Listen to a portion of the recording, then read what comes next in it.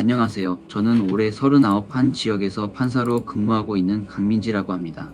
제 이름을 아는 분은 많지 않겠지만 제 이야기를 들으시면 한동안 머릿속에서 쉽게 잊히지 않을지도 몰라요.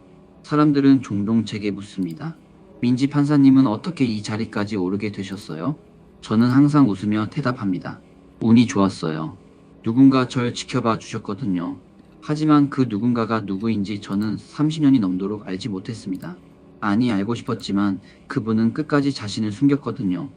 그러다 결국 제가 결혼을 하던 날 하객으로 오신 한 사람이 제게 다가와서 이렇게 말씀하셨습니다. 축하해요, 민지 씨. 이제야 말할 수 있을 것 같아요. 사실 제가 그 후원자였어요. 순간 식장은 고요해졌고 저는 무너져 내리듯 그 자리에서 눈물을 쏟고 말았습니다. 저는 부모 없이 보육원에서 자란 아이였습니다. 5살 무렵 사고로 부모님을 모두 잃었고 친척도 없었죠. 처음엔 세상이 무서웠습니다. 낯선 어른들, 울음이 가득한 밤, 아무것도 이해되지 않는 현실 속에서 어린 저는 매일 울기만 했어요. 하지만 이상하게도 저는 희망이 뭔지 알게 됐습니다. 어린 시절부터 누군가에게 정말 보이지 않는 어딘가에서 저는 지속적으로 도움을 받았거든요. 중학교 무렵 담임 선생님이 말씀하셨어요. 민지야, 등록금 걱정은 하지 마. 매번 익명의 후원자분이 내 교육비를 전부 내주고 계셔. 장학금 꼭 아니었어요. 정확히는 매 학기 제 이름으로 누군가가 조용히 학교에 돈을 넣어두었고 교복 참고서 학원비까지도 기탁금이란 명목으로 모두 처리됐죠. 그땐 너무 어려서 깊게 생각하지 못했지만 한 가지는 분명했어요. 누군가가 분명히 나를 지켜보고 있고 포기하지 말라고 말해주는 것 같았어요. 고등학교에 올라가며 저는 결심했어요. 나를 이만큼 키워준 그 존재를 증명해내고 싶다. 아무것도 없는 아이도 누군가의 응원 하나로 여기까지 올 수 있다는 걸 보여주고 싶다. 그렇게 저는 판사라는 꿈을 갖게 됐어요. 처음엔 막연했지만 법이란 것이 사회적 약자에게 힘이 되어줄 수 있는 존재라는 걸 알게 됐고 무력했던 어린 시절의 나 같은 아이들에게 공정함을 줄 수 있다는 것에 끌렸죠. 문제는 현실이었습니다. 로스쿨 등록금, 생활비, 공부 시간 모든 게 부족했지만 그때마다 어김없이 누군가의 손길이 있었습니다. 입시철에는 도서관 이용권이, 졸업할 무렵엔 법률학원 수강권이 익명 기부로 전달됐고 심지어 로스쿨 장학금 명단에도 제 이름이 있었습니다. 처음엔 학교가 챙겨주는 줄 알았지만 알고 보니 그것도 모두 기탁인 불명이었어요. 시간이 흐르고 저는 39이라는 나이에 뒤늦게 결혼을 준비하게 되었습니다. 상대는 검사로 일하고 있는 조한결 씨, 진중하고 따뜻한 사람이에요. 일로 처음 만났지만 진심을 다해 제 삶에 다가와준 유일한 사람이었습니다. 결혼식 준비는 정신없이 바빴지만 제 마음 한구석에는 자꾸만 한 사람이 떠올랐어요. 그 분도 초대하고 싶다. 나를 키워주신 그 사람. 하지만 여전히 이름도 얼굴도 모릅니다. 혹시라도 어릴 적 보육원에서 자주 방문하던 중년의 남자분일까? 아니면 대학 시절 우연히 도서관에서 조용히 커피를 주고 간 그 사람일까? 몇 번이고 주최 측을 통해 기탁인을 찾으려 했지만 항상 익명으로 철저히 숨겨져 있었어요. 결국 저는 청첩장을 책상 위에 놓고 조용히 중얼거렸습니다. 혹시 이걸 보고 계신다면 꼭 와주세요. 식장에서 기다리려. 결혼식 당일 저는 입장 전 대기실에서 긴장으로 손이 떨리고 있었습니다. 그런데 하객 명단을 살피던 사회자가 제게 와서 말하더군요. 신부님, 여기에 기탁자라는 분이 서명하셨는데요. 이름이 공란이에요. 괜찮을까요? 기탁자? 심장이 요동쳤습니다. 혹시 혼자 오신 중년 남성분인가요? 네, 흰머리에 안경 쓰신 분인데 따로 자리에 앉으시겠다고 했어요. 제 머릿속이 하얘졌습니다. 바로 그 사람이구나. 드디어 오신 거야. 결혼식이 끝나고 사진 촬영이 모두 끝난 뒤 식장이 조금씩 정리될 즈음 한 남자가 제 앞에 조용히 걸어왔습니다. 민지 씨, 축하합니다. 그분은 정장 차림에 단정한 중년 남성이었습니다.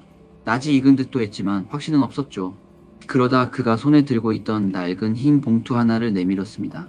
이걸 드리고 싶었어요. 그동안 말하지 못했지만 이제는 괜찮을 것 같아서요. 사실 내가 그 후원자였습니다. 그 순간 제 눈앞이 흔들리기 시작했습니다. 손에 든 봉투를 열자 그 안에는 20년 전 보육원 아이들의 그림 엽서 한 장과 함께 그분이 처음 기부를 시작했다는 기록이 있었습니다. 그날 우연히 TV에서 민지 씨 인터뷰를 봤어요. 어릴 적 판사가 되는 게 꿈이었다는 그 한마디에 내가 도와야겠다고 생각했죠. 그는 본래 대학에서 평범하게 일하는 직원이었고 생활이 넉넉하지 않음에도 매달 꾸준히 제 이름으로 장학기금을 기부해온 분이었습니다. 저는 말도 못하고 무너져 버렸습니다. 그분 앞에서 무릎을 꿇고 눈물을 터뜨렸어요. 왜 이제야 왜 지금 오신 거예요? 판사가 된 당신의 모습을 보니 나도 드디어 안심할 수 있었어요. 식장은 정적에 휩싸였고 옆에 있던 하객들까지 하나둘 눈물을 흘리기 시작했습니다. 결혼식 이후 저는 그분을 정식으로 식사 자리에 초대했습니다. 어색한 듯 미소를 짓는 그분은 본인의 이름을 처음으로 제게 알려주셨습니다. 이종석입니다. 아이들을 좋아했고 당신은 특별했어요. 이종석 씨는 서울의 한 대학 기획처에서 30년간 근무했던 행정직 직원이었습니다.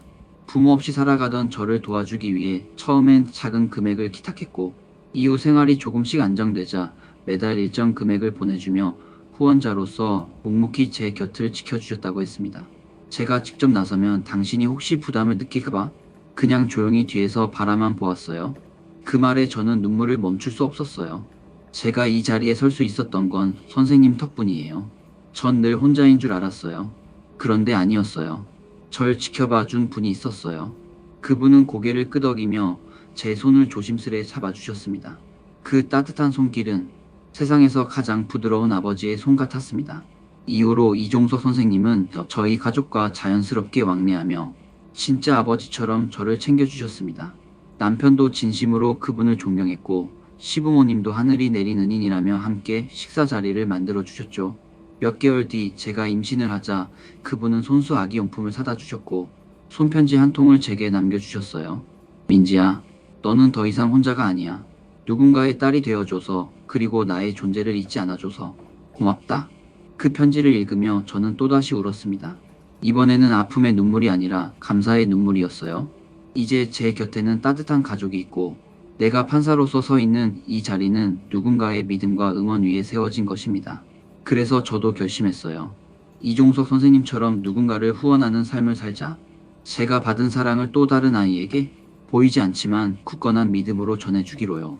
사람들은 종종 묻습니다. 민지 판사님, 가장 인상 깊은 재판은 무엇이었나요? 하지만 제게 가장 중요한 재판은 제 삶을 지켜봐 준 한 사람과의 조용한 30년의 기다림이었습니다. 지금까지 제 이야기를 들어주셔서 감사합니다.